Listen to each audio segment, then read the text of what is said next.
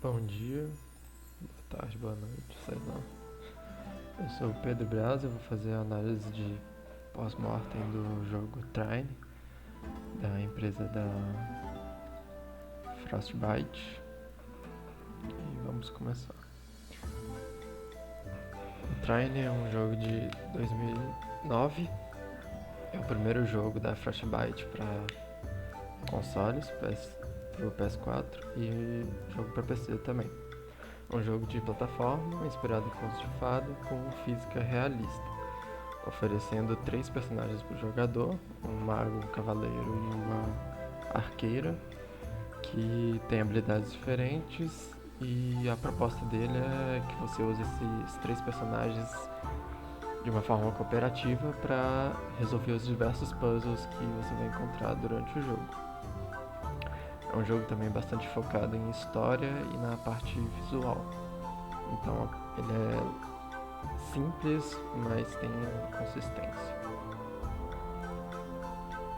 Bom, sobre o que deu certo no jogo, tem vários pontos. E o primeiro deles é a decisão de fazer um redesign no jogo. O design inicial do jogo seguia muito as raízes old school que eles estavam tentando seguir antes do time de desenvolvimento ser trocado e mudado no início mesmo da fase de pré-planejamento do jogo. E aí o redesign trouxe muitas coisas que adicionaram pro jogo e fizeram ele ser o sucesso que ele foi. E aí durante a apresentação do pós-mortem eu coloquei algumas frases que estão no próprio documento que eu achei relevantes para expressar os pontos de que deram certo, o que deram errado e o porquê disso. O segundo ponto foi a liberdade do time de arte, que ele diz que por causa do jeito caótico que o time entrou de paraquedas no jogo, ele acabou dando uma liberdade maior para o time de arte desenvolver da maneira que eles acharam que era melhor, e acabou que isso deu um resultado muito bom, porque eles adicionaram features e coisas interessantes que nem estavam no planejamento e teve muito a adicionar para o jogo.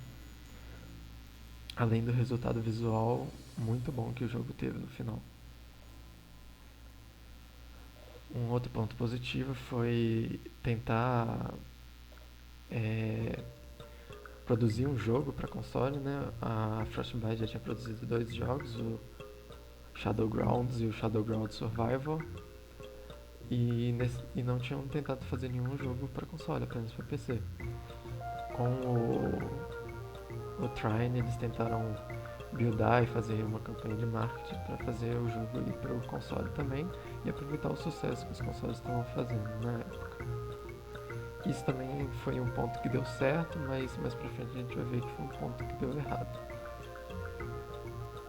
O quarto ponto que deu certo foi ter uma posição ativa no marketing do jogo, criando trailers, material o tempo todo, desde o início do jogo, produzindo e recebendo feedback das pessoas de fora, o que levantou bastante a moral do time de desenvolvimento e nos fez saber o que estava dando certo, o que estava atraindo a atenção das pessoas, e continuou mantendo a paixão deles para continuar desenvolvendo o jogo.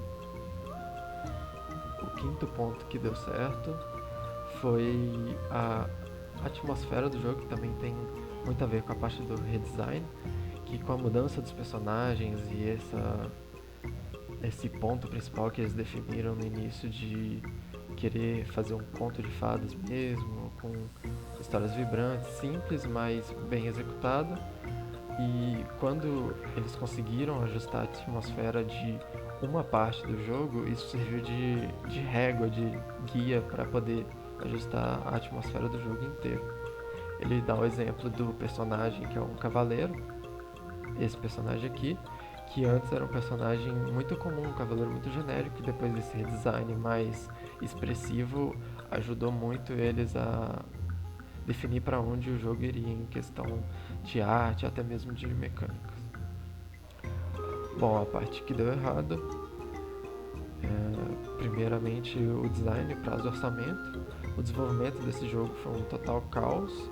A Frostbite tinha já tido problemas com prazo e escopo com os jogos anteriores dela, mas as mudanças de orçamento e de redesign do jogo tiveram impactos enormes e para os desenvolvedores foi uma montanha russa, porque o orçamento inicial de 30 mil euros do jogo previa algum tipo de aproximação em relação a ele, de desenvolvimento, e aí depois o orçamento subiu 10 vezes para 300 mil euros, o que expandiu a capacidade dos desenvolvedores do que eles poderiam fazer, mas também desfocou um pouco da onde eles queriam chegar. O jogo terminou com um orçamento de 800 mil euros e o prazo levemente atrasado, acho que por 2 meses.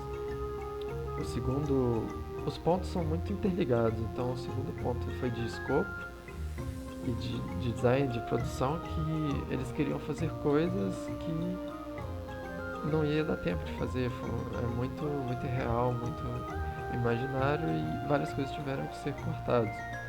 Algumas experiências que eles tiveram com os jogos anteriores, que eles achavam ter aprendido que ia dar certo dessa vez, como ele fala aqui, como se fosse por mágica, eles tiveram que aprender novamente com questões de prazo e de cortar conteúdo por causa disso, para ter novas aproximações com esse tipo de desenvolvimento. O terceiro ponto que deu errado foi a falha no console, que eu tinha falado antes, porque apesar deles terem tentado publicar o jogo para console, como eles eram inexperientes, a própria publicadora também era inexperiente com o sistema da PSN, eles tiveram vários problemas, vários bugs, problemas de prazo, de pessoas que encomendaram o jogo e o jogo não tinha saído ainda.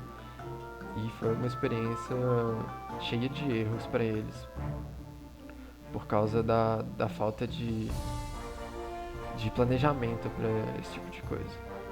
O quarto ponto foi a falta de visão nos últimos momentos. O jogo estava dando certo, o marketing estava dando certo, o jogo estava fluindo apesar do caos da montanha russa que estava acontecendo.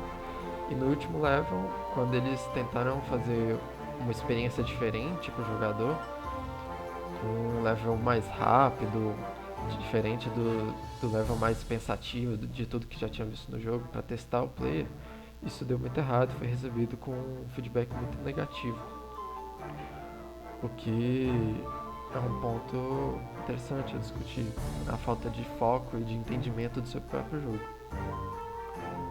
O quinto ponto que deu errado foi a falta de um multiplayer online, que é um aspecto de falta de planejamento na fase de pré-produção do jogo, de pensar mais de ter mais referências de tipos de jogos parecidos, que o jogo deles tem uma funcionalidade co-op que gerava um trabalho de equipe entre os 3 personagens do jogo, que são o foco do jogo.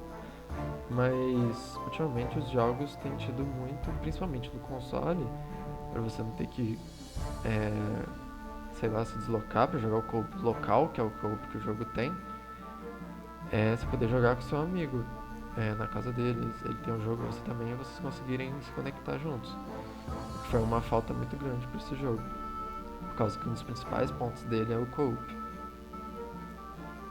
O processo de produção do jogo foi o design, né? Que eles arrumaram o que eles iam precisar, a fase dos requisitos, tudo na pré-produção, com um gameplay focado em desenvolvimento. Os times eram muito voláteis, né? Então eles não tinham uma definição certa para os times. Eles cortaram várias features, reusaram várias partes de código e de ferramentas que eles já tinham em outros jogos. Eles pegaram esse brainstorm, essa piscina de ideias, fizeram um redesign na fase de pré-produção, fizeram um protótipo com uma fatia vertical do jogo e com isso eles conseguiram fazer uma estimativa do custo do jogo e do tempo que eles levariam. o que, como a gente pôde ver nos pontos que deram errado, não foi uma estimativa muito boa. Disso eles partiram para a própria criação do jogo, com a criação dos levels como principal parte, e do áudio, da arte e da programação. Isso tudo sendo iterativo, então é um ciclo. Produzia level, áudio, arte, testava, corrigia bug, testava dentro da própria empresa e depois fora da empresa as perguntas e respostas. E esse processo é um loop, eles faziam isso várias vezes para todos os levels, todos os personagens, monstros, inimigos e mecânicas, até eles chegar no ponto que eles chamam de Gold Master, que é o que vai estar a versão final, né? Vai estar no jogo. E aí eles passam para o processo de pós-produção, que é os patches para corrigir coisas menores. E o conjunto disso tudo, desse processo, esse ciclo para cada coisa do jogo, gerou o jogo final. É isso, muito obrigado por assistir o vídeo e espero que tenha sido útil para você de alguma forma. Obrigado.